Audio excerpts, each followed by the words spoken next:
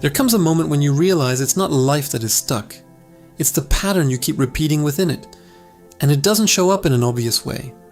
It becomes evident in the details, in the way you think when you wake up, in the type of decisions you make without noticing, in what you tolerate, even knowing you shouldn't.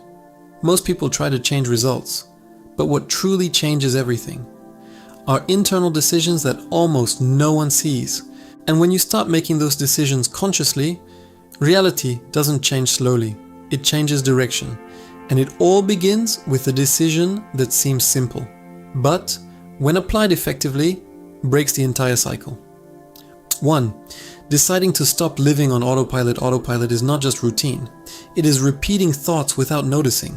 It's like opening your phone and already feeling anxious without knowing why. It's replying to someone in the same tone as always, even when that tone no longer represents you. It's accepting situations simply because it has always been like this. And the problem is not the behavior. It is the lack of awareness about it. Now, a simple example, but powerful. Next time someone asks you a common question, like "How are you?" don't answer on autopilot. Pause for 2 seconds. Pay attention to what you are actually feeling and answer consciously.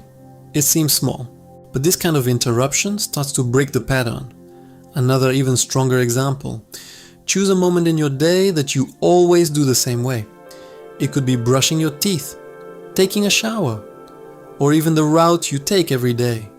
And change something intentionally. Not for the change itself, but to prove to your mind that you are in control. Because as long as you don't interrupt autopilot, it will continue to drive your life. And the moment you start noticing these patterns, something changes. You stop being driven and start choosing. And that opens space for the next decision, because there's no point in leaving autopilot if you still have no direction. 2. Defining exactly what you want, without confusion. Many people think they know what they want, but when you look closely, you realize it's vague. I want to improve my life. I want to earn more. I want to be happy. That is not direction. That is generic intention.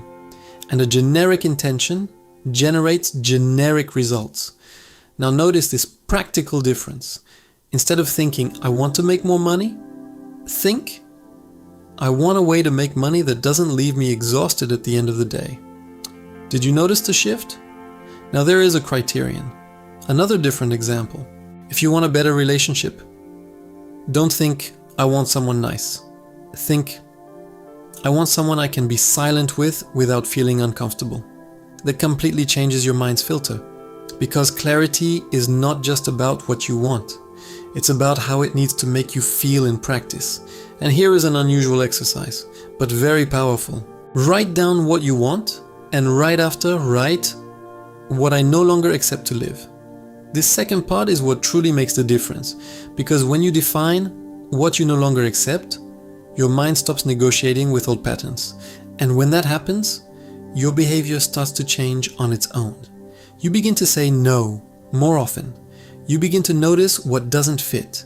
You begin to move with more precision. And without realizing it, your reality starts to respond differently.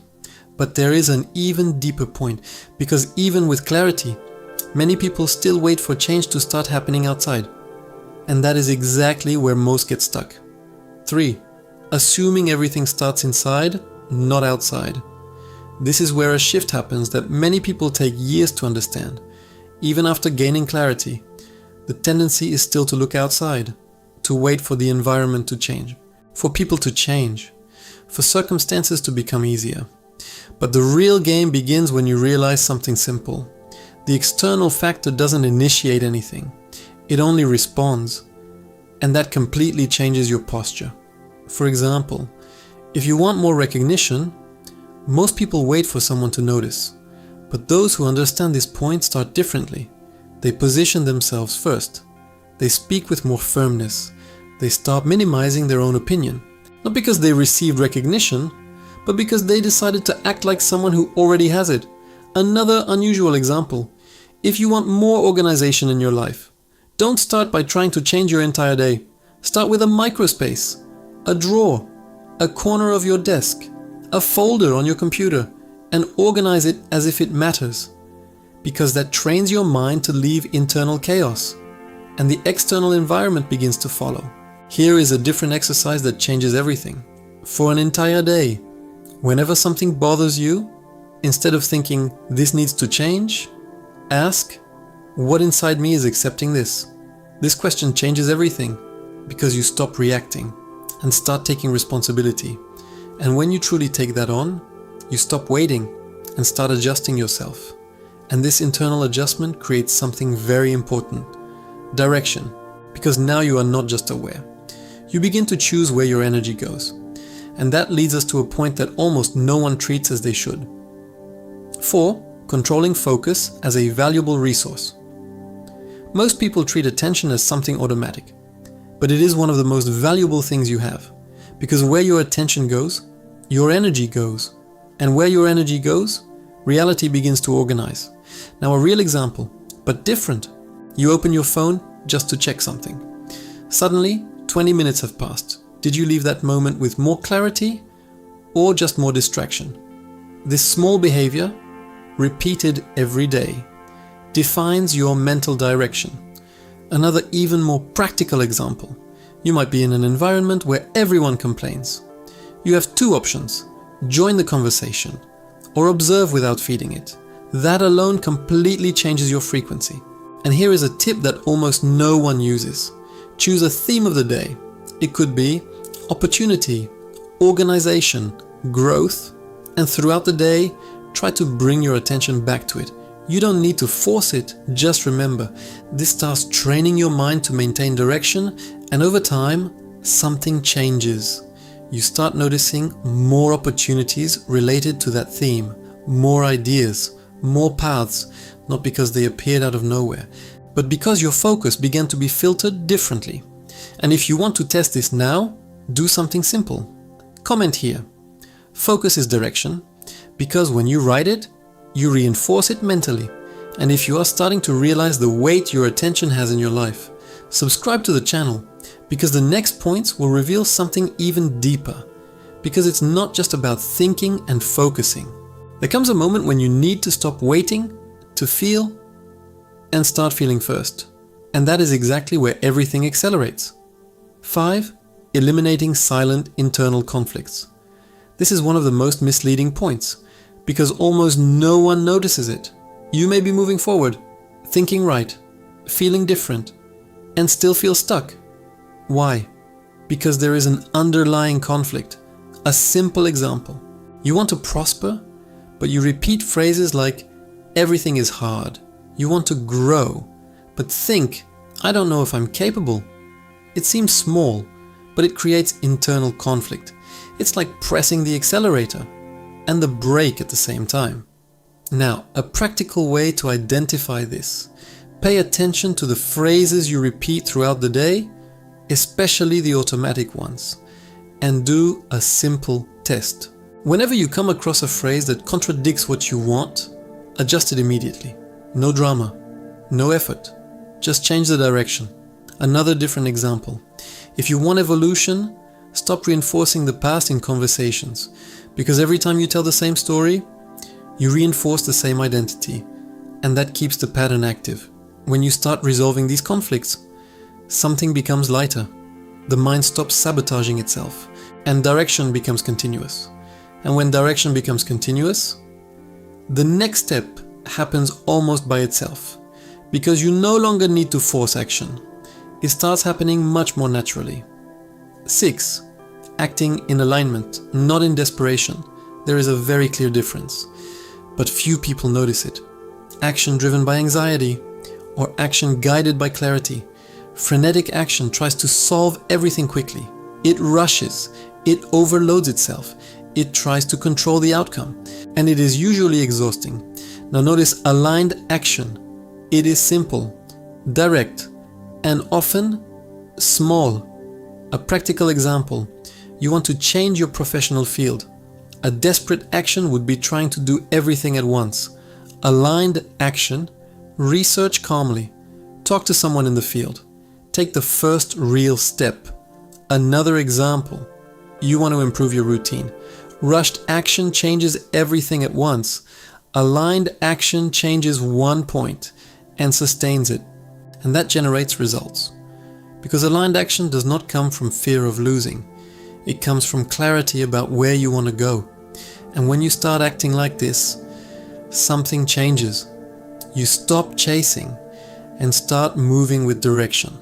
And this prepares you for a point that separates those who start from those who truly transform their reality. 7. Trusting the process even without external validation. This is where the biggest shift happens, because up to this point, you have already changed a lot. Thinking, focus, emotion, action, but there is still no clear proof on the outside. And that is exactly where many people go back. They start to doubt, they interrupt the process, they return to the old pattern. But the most important moment is exactly this one. Because every real change begins before it appears. A simple example. You start acting differently, but no one has noticed yet. You start thinking differently, but nothing external has changed. And the mind tries to conclude, it's not working. But it is. It just hasn't appeared yet. And here is a powerful practice. When doubt arises, instead of asking, will this work? Replace it with, what have I already changed that I didn't do before? This brings awareness of progress and keeps the movement going. Because trusting the process is not about blind belief. It's about not interrupting what has already started. And when you maintain this, the next step becomes inevitable. 8. Allowing yourself to receive without resistance. Many people know how to desire, but they don't know how to receive, because when things start going right, a certain discomfort appears. Doubt, fear of losing, a feeling of not deserving, and that blocks everything. Now notice this in practice. You receive an opportunity and start overthinking. You receive a compliment and minimize it.